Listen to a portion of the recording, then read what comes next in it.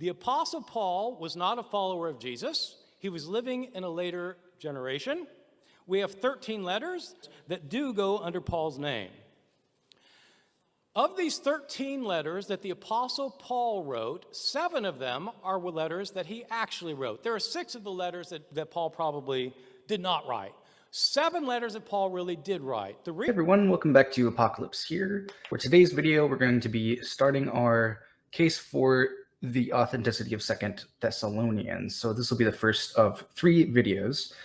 And this video is really just going to be kind of about methodology, so kind of giving you some preliminary methodological considerations, and then we'll move on to build our case in the next 2 videos.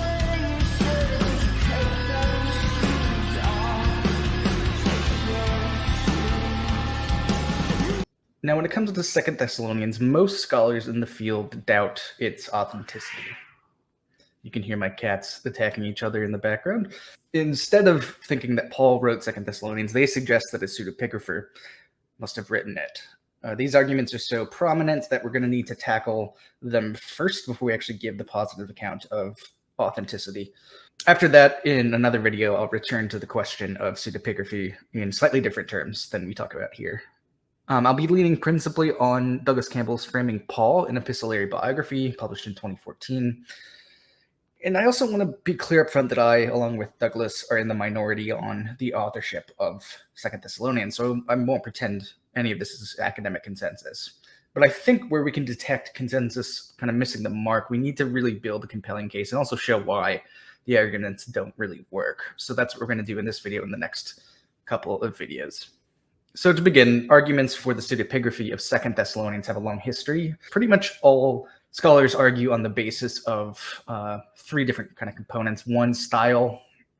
So this includes vocabulary, some of the syntactical data. 2, theological substance, usually focusing on eschatology in 1st and 2nd Thessalonians. And 3, dependence, that 2nd Thessalonians is using 1st Thessalonians. The recent case, or somewhat recent case, I'm going to be focusing on primarily here is Bart Ehrman's, which is found in his Forgery and Counter-Forgery, which was published in 2013. And it begins by looking at the similarities between 1st and 2nd Thessalonians in order to establish dependence between them. But we really have no way of knowing at this point whether the dependence evident in 1st and 2nd Thessalonians is the product of authorial or pseudepigraphic copying. And figuring out the direction of dependence here is the trickiest thing. It's pretty much impossible. This is just a different ballgame than, say, establishing literary dependence in the Gospels, where we can actually assess redaction profiles, etc., which reveal the characteristic changes that an author would make. We just don't have that with Paul. So we're going to focus on Ehrman's 2 other contentions in terms of difference that would be style and theological substance, especially eschatology. So style. Ehrman claims that the style of 2nd Thessalonians is just clearly different from other authentic Pauline letters. He's leaning here on Daryl Schmidt, who documented syntactical complexity in Paul's Thanksgiving paragraphs, as well as the use of genitive phrases in non-phrase strings, and the ratio between coordinating and subordinating construction. So you've got a chart that Schmidt tabulated, so you can see it here on the screen. And Ehrman rightly claims that on its own, this kind of tabulation doesn't really carry much weight. But he then goes on to say that once it's combined with evidence of dependence, it does carry some weight. When 1st and 2nd Thessalonians are dependent, they don't diverge. When the texts are independent, these stylistic differences appear. But the problem here is that Ehrman risks stepping over into a tautology. Clearly, when texts are dependent, there would not be evidence of divergence. Ehrman's basic claim seems to be then that, quote, to quote Douglas Campbell, the style of 2nd Thessalonians is even more different from 1st Thessalonians than it first appears once dependence is controlled for, end quote. But at the end of the day, this isn't so much the combination of 2 different arguments to build a kind of weightier case, but an emphasis on one. It's the supposed evidence for stylistic difference. Now, Ehrman goes on to argue that there are substantive differences between the 2 letters in terms of eschatology, that is, the claims about the end. The argument goes that the eschatology found at the end of 1st Thessalonians is at odds with the one found in 2nd Thessalonians.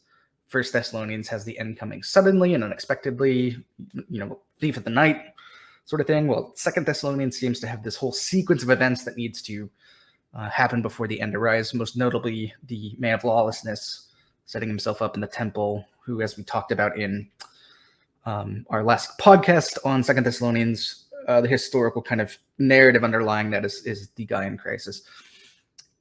So Ehrman asks pretty directly, quote, how would Paul change his eschatological views so suddenly and decisively, end quote. And he concludes that, quote, coupled with the problems posed by the parallels themselves and the differences of style, the case for inauthenticity is very strong, end quote. Now, it's hard not to want to follow Ehrman here, because he's a good biblical scholar and historian, and especially because he's in good company with this kind of contention. But we need to look harder. And when we do, we'll see problems beginning to emerge with this kind of approach. So I'm going to talk about the significance of difference or differences per se. The initial problem is that without an authentic Pauline sample, with what we might call the, quote, to quote Douglas Campbell, the universe of relevant Pauline possibilities, end quote, demonstrations of differences per se are merely empty. They only really point to the limits of the sample. It just doesn't really tell us anything. And because of this, it is certainly not, in this instance, evidence of pseudepigraphy. Since all of Paul's extant canonical letters are in play at this point, when differences are being initially assessed, any observable difference between them, for Ehrman and Schmidt, somehow calls into question authenticity. But this is, like I said, tautological. It's basically like saying, for example, the grammar in Romans, in certain respects, is not like the grammar in Colossians. Therefore, they are written by different authors. That just doesn't work as an argument. Tabulations of substantive difference between the Pauline epistles are often presented in terms of tensions that indicate a pseudepigrapher. For so once there's a tension, contradiction, it must be that a pseudepigrapher is involved in one of these texts or the other.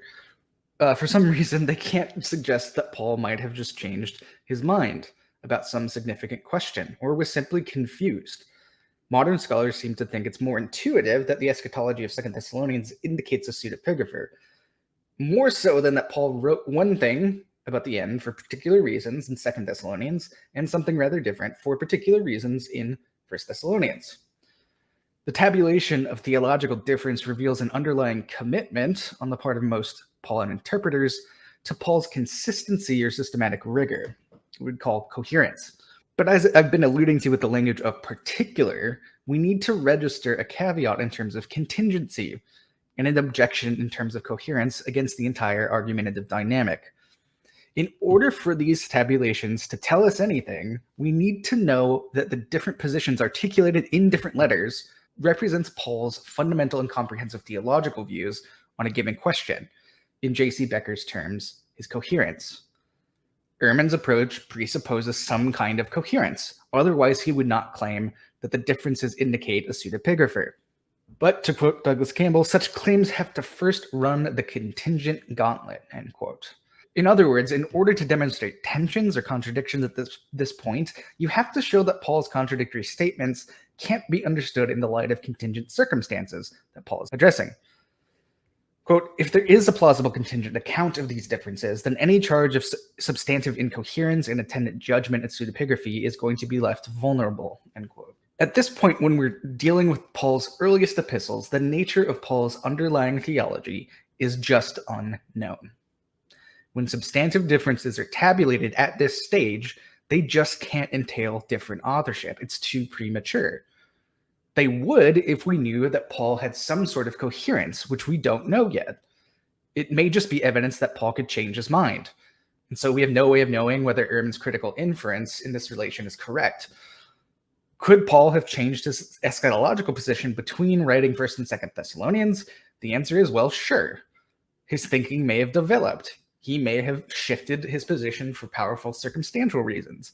He may have simply been just saying whatever he thought he had to say to affirm the Thessalonians. He could have, like I said, been confused. We just don't know yet.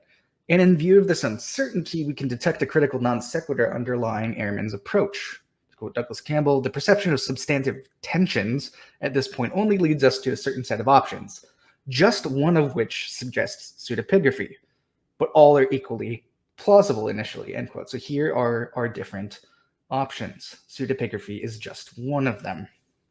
One way of dealing with the difficulty in just tabulating differences is to establish what some statisticians call a centroid within the initial sample. In relation to the Pauline data, Quote, a centroid would denote a cluster of demonstrably authentic data within the entire extant sample that lies close to the Pauline means of all key markers of style, and is also large enough to allow some sense of the appropriate degree of deviation from the means to be assessed for their significance as they occur in any remaining data, end quote. However, most attempts to do so beg key questions. Scholars simply nominate a theme or a letter as typical and work from that place, generally failing to recognize any sort of academic or denominational bias toward whatever they nominate.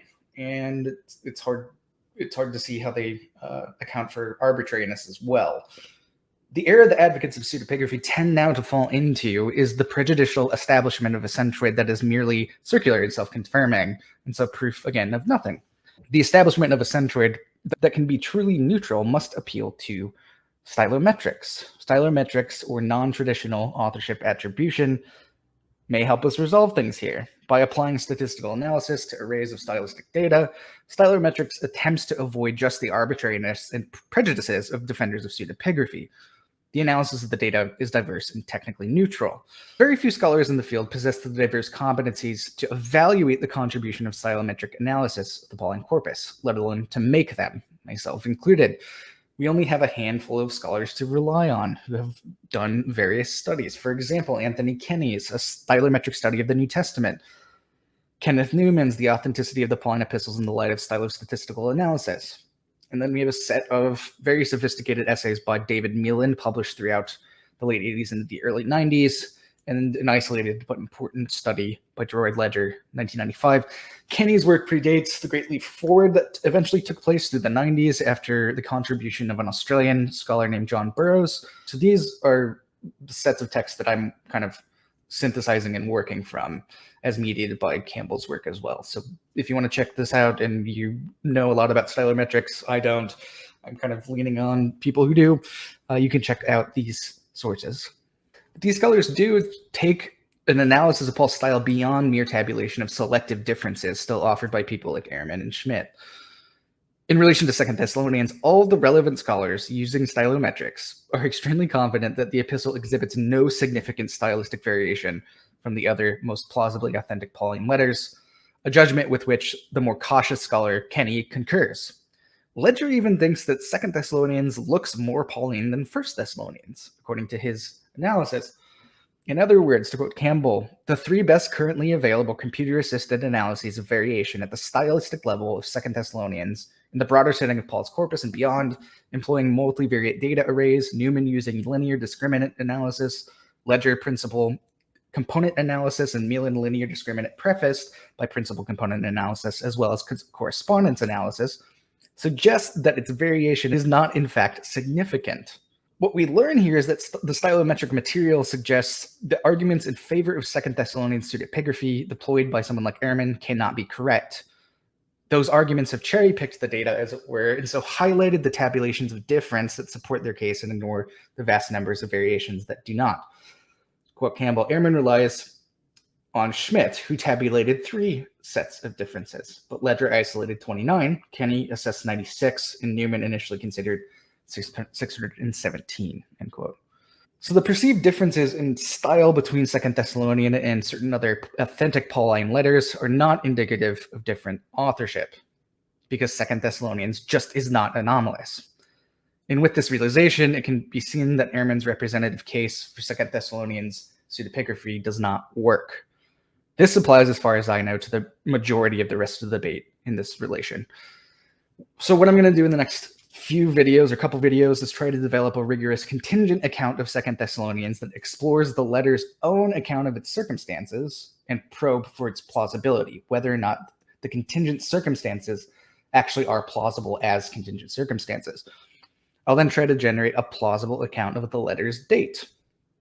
And we're going to be leaning on the Gaian crisis there, as I talked about in the podcast. And then I'm going to return to the question of pseudepigraphy, trying to assess appropriate reasons for possible exclusion of 2 Thessalonians. So we're going to be dealing with different arguments for pseudepigraphy at the end that are a bit more powerful. So we'll be avoiding vicious circularity while simultaneously, hopefully, achieving appropriate historical sensitivity as well.